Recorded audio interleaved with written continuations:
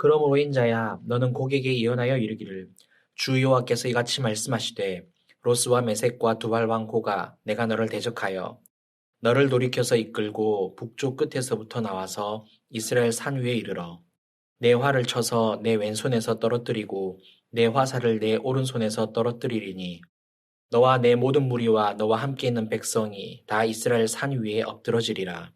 내가 너를 각종 사나운 새와 들짐승에게 넘겨 먹게 하리니 내가 빈들에 엎드러지리라. 이는 내가 말하였음이니라. 주 여호와의 말씀이니라. 내가 또 불을 마곡과 및 섬에 평안히 거주하는 자에게 내리리니 내가 여호와인 줄을 그들이 알리라. 내가 내 거룩한 이름을 내 백성 이스라엘 가운데에 알게 하여 다시는 내 거룩한 이름을 더럽히지 아니하게 하리니 내가 여호와 곧 이스라엘의 거룩한 자인 줄을 민족들이 알리라 하라. 아멘. 안녕하세요. 오늘의 묵상 김지영 목사입니다. 이 시간 함께 하나님의 말씀의 은혜를 나누도록 하겠습니다. 에스겔 39장은 38장에 이어서 고국의 멸망과 이스라엘 회복이 기록되어 있습니다.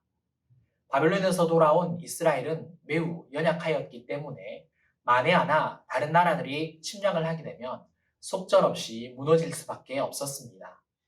그런데 하나님께서는 무심하게도 마곡 땅에 곡을 불러서 이스라엘을 침공케 하십니다. 결국 이스라엘은 고난을 당하지요. 이후에 하나님은 그 곡을 멸망시키십니다. 이렇게 이해할 수 없는, 납득할 수 없는 상황으로 이스라엘을 이끄시는 이유는 7절 말씀에 기록된 대로 하나님이 거룩하신 분이라는 것을 모두가 알게 하는 것과 또 다시는 그 거룩한 이름을 더럽히지 않게 하기 위해서라고 말씀하십니다. 또한 완전히 패배한 곡의 군대 그리고 그 무기를 불태우는데 7년이 걸릴 것이고 그들의 시체를 매장하는 데 있어서 7개월이 걸릴 것이라고 말씀하십니다. 시체들을 매장한 후에도 그 땅에 사람들의 뼈가 보이게 되면 하몬고 골짜기에 다시 매장하라고 말씀을 하시지요.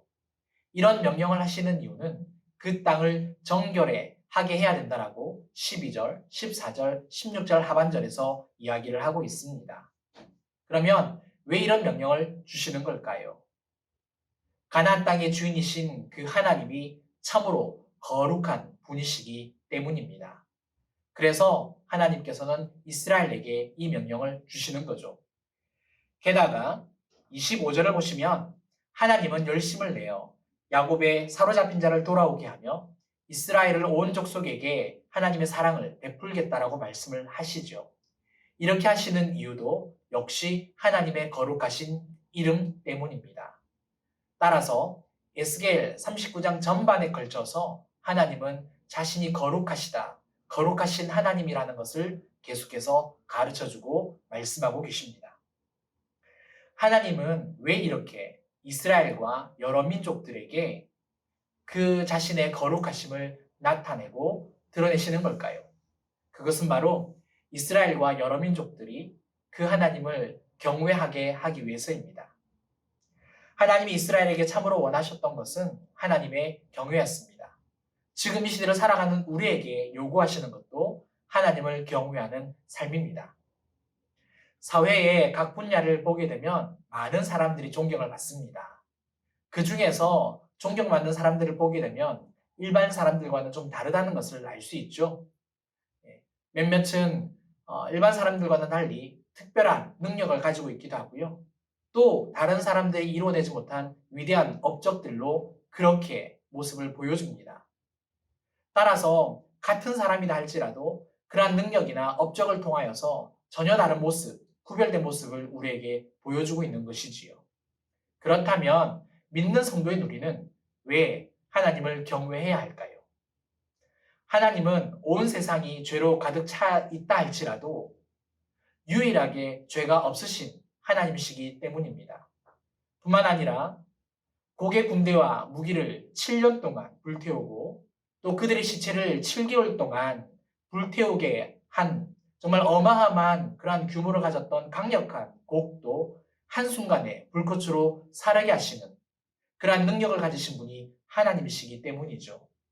세상의 그 무엇과도 비교할 수 없는 분이 하나님이시고 그런 분을 우리는 거룩하다라고 이야기하고 있습니다.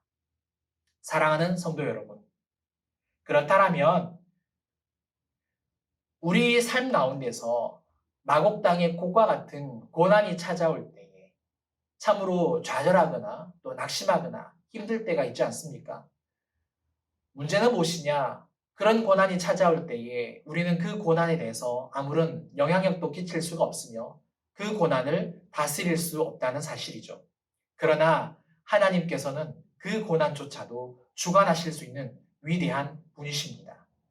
우리가 아무리 죄악 가운데 빠져 허덕인다 할지라도 우리를 깨끗하게 온전히 고쳐주시는 그러한 능력을 가지고 계시는 분이 하나님이시고요. 악에서 빠지지 않도록 우리를 지키시고 보호하시는 분이 우리 하나님이십니다. 또한 다만 악에서 우리를 구하여 주시는 분도 하나님밖에 없습니다. 그렇게 하나님은 세상과 구별되는 분이십니다. 오늘을 시작하면서 나에게 주어지는 그 평범한 일상이 하나님의 거룩하심이 드러나는 일상이라고 믿는다면 우리의 마음이 어떨까요? 우리의 심령 깊은 곳에서 벅찬 감동이 올라오지 않겠습니까? 뿐만 아니라 말 한마디, 행동 하나 조심하게 될 것입니다. 오늘 이 하루 거룩하신 하나님을 경외하며 온전히 믿고 나아가는 저와 여러분들 되시기를 바랍니다. 함께 기도하겠습니다. 참으로 거룩하신 하나님 아버지, 오늘 이 하루도 하나님의 은혜로 시작하게 하시니 감사합니다. 세상과 비교할 수 없는 참으로 위대하신 우리 하나님이십니다.